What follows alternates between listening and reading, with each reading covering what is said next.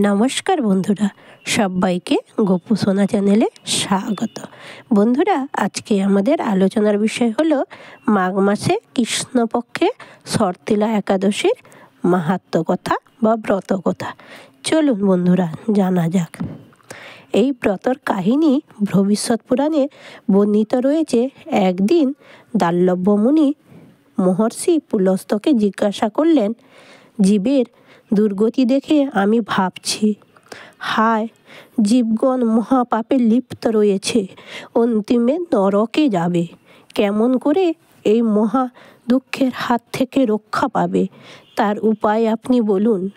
মহর্ষি পুলস্তকে বললেন, হে তাপস, সবার দুঃখ দেখে তোমার অন্তর ব্যথিত, যাতে মহাপাপ রাশি ভস্মীভূত হয়, সেই বিষয়ে মন দিয়ে শ্রবণ করুন।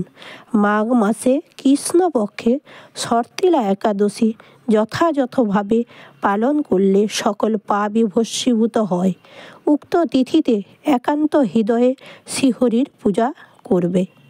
যখন গোময় পতনমান হবে তখন তা ভূমিস্পর্শ করবার পূর্বেই গ্রহণ করে। সেই গোময়ে তিল মিশ্রণ করে 108টি পিণ্ড তৈরি করবে। কোনো পাত্রে সেটাকে রৌদ্রে শুকিয়ে নেবে। হোমের জন্য সেগুলি ব্যবহার করা হবে। মাঘ মাসে কৃষ্ণপক্ষে একাদশী তিথিতে নিয়ম ব্রত গ্রহণ করবে। স্নান করে ভক্তি ভরে শ্রীকৃষ্ণের পুজো করবেন। কৃষ্ণ নাম উচ্চারণ করে শ্রীকৃষ্ণের রূপ ধ্যান করবে।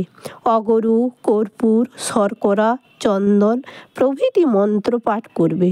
শ্রীকৃষ্ণকে নিবেদন করবে। রাত্রিকালে অর্চনার পর হোম কার্য করবে। নারকেল কিংবা সুপারি সহ 100 সংখ্যা অর্ঘ্যদান করতে হবে। হে শরণ্য দয়াময়, পাতকীগণের পাপ তুমি দূর করো। তুমি সবার মুক্তিদাতা, যার মায়ায় সংসার সমুদ্রে ভাসছে। হে গোবিন্দ, তাদেরকে তুমি পরিত্রাণ করো। হে জগন্নাথ, তুমি লক্ষ্মী দেবীর সঙ্গে এই অর্ঘ্য গ্রহণ করো। এই রূপে শ্রীহরির পুজো করে ব্রাহ্মণগণের পুজো করবে। বস্ত্র, ছত্র মানে ছাতা, পুণ্যকুম্ভ মানে জলভর্তি কলস দান করবে। কৃষ্ণবর্ণ গাভী দানেরও বিধান রয়েছে।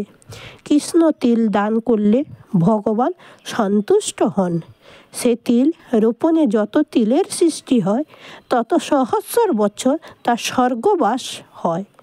তিল দান, অর্তর্পণ, পূজা, তিল জলে স্নান, তিল তৈলে শরীরে লেপন, তিল দান, তিল দ্বারা হোম ও তিল ভোজন, তিল দ্বারা এই ষটকর্ম মানে 6টি কর্ম করার জন্য এই একাদশীর নাম হয়েছে শর্তিলা।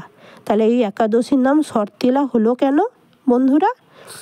তিল দ্বারা কী কী কাজ করতে হবে? তিল দ্বারা 6টা কর্ম করতে হবে। তিল দান করতে হবে, তিল তৈল দ্বারা শরীরে লেপন করতে হবে, তিল জলে স্নান করতে হবে, তিল দ্বারা তর্পণ করতে হবে, তিল দ্বারা হোম করতে হবে, তিল ভোজনও করতে হবে। এই নাম, তাই জন্য এই 6টা কাজ তিলের দ্বারা করতে হবে। তাই জন্য এই একাদশীর নাম শর্তিলা একাদশী। পাপ ও রাশি বিনাশ করতে এই ব্রতের জুড়ি নেই। একদিন দেবর্ষি শ্রীকৃষ্ণের নিকট শর্তিলা একাদশীর মাহাত্ম্য জানতে চাইলেন। ভগবান বললেন, পুরাকালে এক সাত্ত্বিক ব্রাহ্মণ সারা জীবন ব্রহ্মচর্য পালন করতেন। নিয়ম ভরে ভক্তি ভরে পূজা অর্চনাও করতেন। ব্রত উপবাস দেহ ক্ষীণ ও দুর্বল, তথাপি ব্রত উপবাস ত্যাগ করেননি। বহু গরিব ব্রাহ্মণ কুমারীগণকে ব্রত পুণ্যকালে বহু দান করলেও কখনো কাউকে অন্নদানে তৃপ্ত করতে পারেননি। আমি ব্রাহ্মণীকে পরীক্ষা করতে ছদ্মবেশ ধরে তার বাড়িতে ভিক্ষাপাত্র নিয়ে যাই। তখন ব্রাহ্মণী আমার পরিচয় জানতে চাইলেন। আমি তার কথায় উত্তর না দিয়ে কেবল বারে বারে ধীর কণ্ঠে ভিক্ষা চাই, ভিক্ষা চাই বলতেই লাগলেন। তখন ব্রাহ্মণী ক্রোধ ভরে আমার ভিক্ষা পাত্রে একটি মাটির পিণ্ড ফেলে দেন। সেই পুণ্যদানে তার পুণ্য লাভ হয়। তারপর ব্রাহ্মণী অন্তিমকালে স্বর্গবাস হয়। সেই ব্রাহ্মণী যখন একটি অপরূপ শোভাময় গৃহ নির্দিষ্ট হলো, সেই ব্রাহ্মণীর জন্য কেবলমাত্র অন্ন ছাড়া সেই গৃহে সকল সুখই ছিল। তাতে সেই ব্রাহ্মণী ক্ষুধায় জ্বালায় কাতর হয়ে আমার কাছে এলো, তার দুঃখে এবং ব্যথার কথা জানালেন। তখন সে আমাকে বলল, সারা জীবন আমি বহু পুণ্য করেছি, তাহলে আমার গৃহে অন্ন নাই কেন প্রভু? তার উত্তরে আমি ব্রাহ্মণীকে বললাম, তুমি যেমন মর্ত্যলোকে থেকে এখানে এসেছো, তেমনি আবার সেখানেই ফিরে যাও। গৃহের দ্বার বন্ধ করে গৃহের মধ্যে বসে থাকো। দেবপত্নীগণ কৌতূহল বসে যখন তোমাকে দেখতে যাবে, তখন তুমি তাদেরকে বলবে, আপনারা শর্তিলা একাদশী ব্রতের মাহাত্ম্য বর্ণনা করুন। তখন তারা সেই মাহাত্ম্য বর্ণনা করলে তখন তুমি গৃহের দ্বার খুলে দেবে। তখন আমার কথা মতো সেই ব্রাহ্মণী নিজে ভবনে গিয়ে দ্বার বন্ধ করে বসে রইলেন। তারপর দেবপত্নীগণ ব্রাহ্মণীকে দর্শনে গিয়ে ব্রাহ্মণীর ইচ্ছে মতো শর্তিলা একাদশী ব্রতের কথা মাহাত্ম্য কীর্তন করতে বললেন। ব্রাহ্মণীর গৃহের বাইরে এসে দেখা দিলেন। তারপর তাদের উপদেশ মতো ব্রাহ্মণী শর্তিলা ব্রতের ফলের প্রভাব দিব্যকান্তি ধারণ করলেন। ধন ধান্যে পূর্ণ হলো তার ঘর। শর্তিলা ব্রতের সাধনের কোনো কিছু অভাব থাকে না। আর যথাবিধি তিল দানে সর্বপাপ নাশ হয়। মাহাত্ম্য বা পাঠ বা শ্রবণে অশ্বমেধ যজ্ঞের ফল লাভ করা যায়।